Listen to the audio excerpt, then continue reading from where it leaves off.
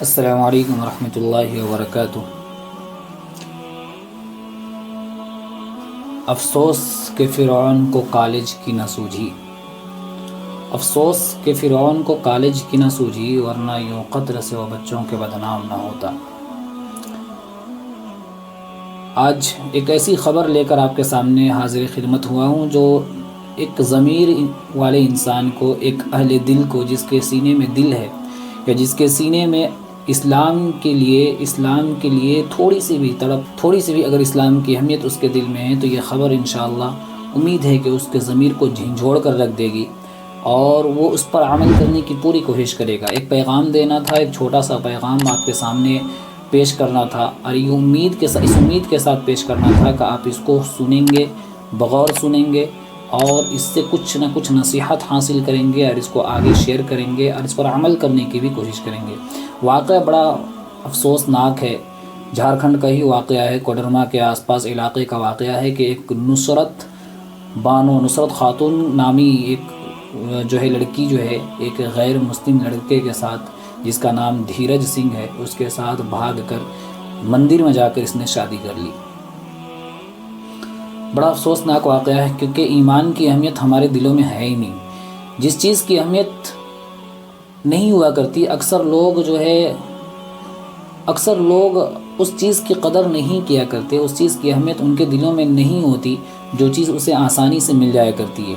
اس ایمان کی اہمیت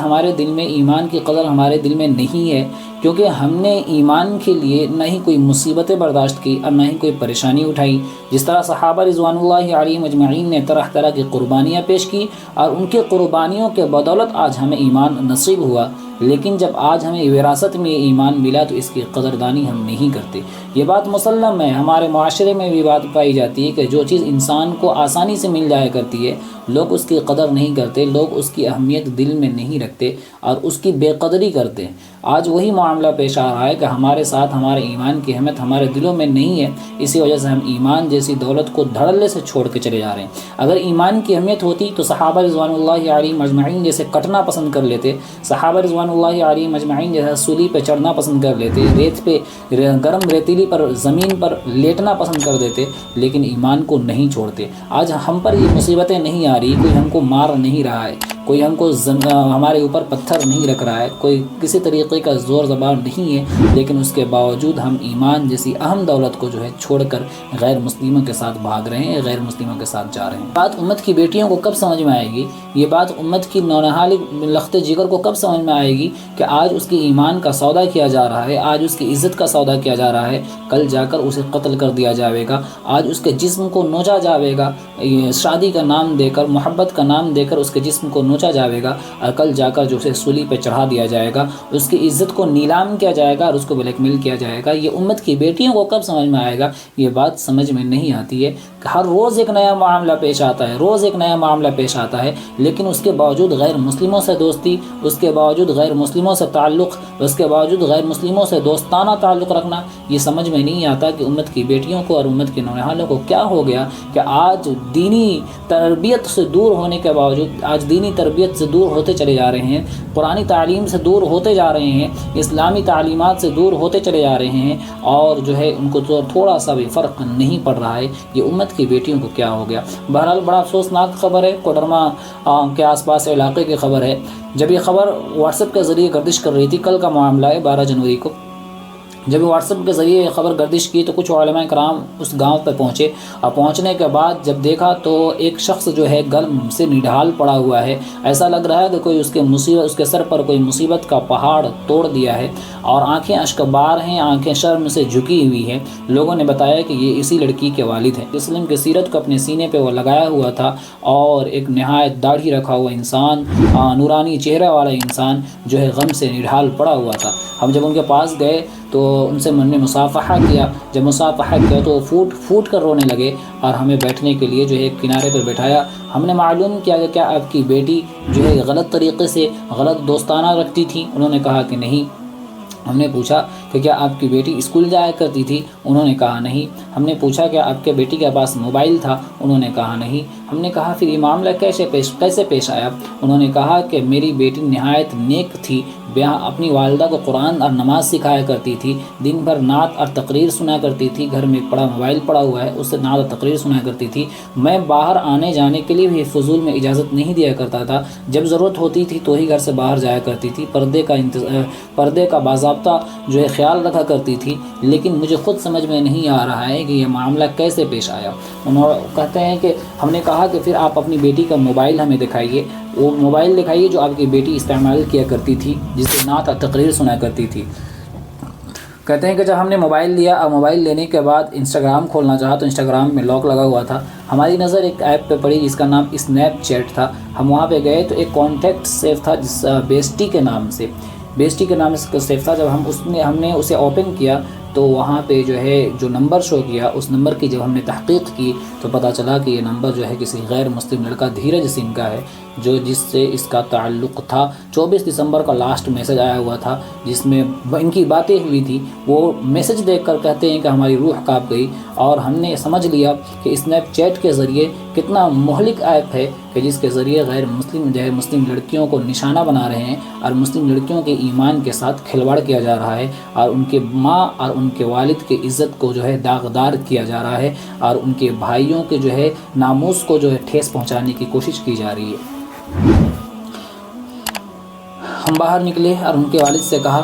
کہ معاملہ یہ ہے کہ آپ کی بیٹی جو ہے کسی غیر مسلم لڑکے کے رابطے میں تھی، جس کے بنا پر آج وہ غیر مسلم کے ساتھ بھاگ کر مندر میں جا کر شادی کر لی۔ یہ سننا تھا کہ اس کے والد اور رونے لگے اور کہنے لگے کہ مولانا مجھے بتائیے کہ کل محشر کا میدان میں اللہ رب العزت میری پکڑ نہیں کرے گا؟ کہ اللہ رب العزت مجھے اس کے لیے جنت میں جہنم میں نہیں ڈالے گا؟ مولانا نے کہا کہ آپ نے اپنی بیٹی کو دینی تعلیم دی تھی، آپ نے اپنی بیٹی کو قرآن کی تعلیم سے آراستہ کیا تھا، آپ نے انہیں اچھی تعلیم و تربیت دی تھی، لیکن اس کے باوجود آپ کے سو جانے کے بعد جو ہے آپ کے موبائل یوز کیا کرتی تھی اور غیر مسلم کے رابطے میں آ رہی تھی، تو یہ آپ کی غلطی نہیں ہے۔ قرآن میں اللہ فرماتا الا تزر وازرۃ وزر اخری، کسی دوسرے کا بوجھ کسی دوسرے پر نہیں ڈالا جائے گا، اس کی وجہ سے آپ پریشان نہ ہو، انشاءاللہ اللہ رب العزت آپ سے کوئی سوال نہیں کرے گا۔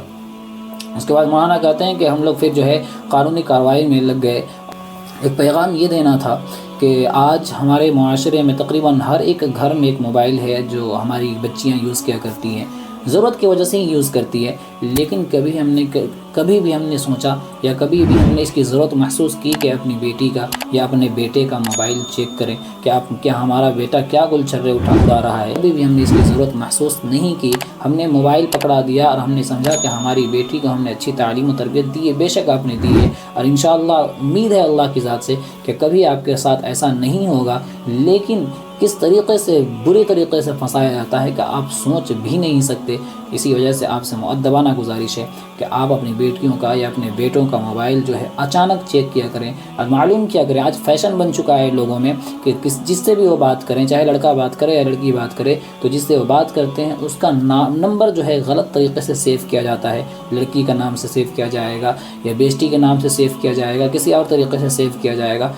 تاکہ اگر اچانک آپ ان کا موبائل پکڑ بھی لیں تو پھر آپ کو شک نہ ہو۔ اسی وجہ سے آپ جو ہے تحقیق کریں، اچھے طریقے سے نگرانی کریں، کہیں ایسا نہ ہو کہ آپ نگرانی نہ کر پائیں اور آپ کی بیٹی کی عزت اور آپ کی بیٹی کا ایمان جو ہے خطرے میں پڑ جائے اور غیر مسلم کہیں آ کر اسے دبوچ نہ لیں۔ اس لیے آپ سے مؤدبانہ گزارش ہے کہ اس چیز کا خاص خیال کریں۔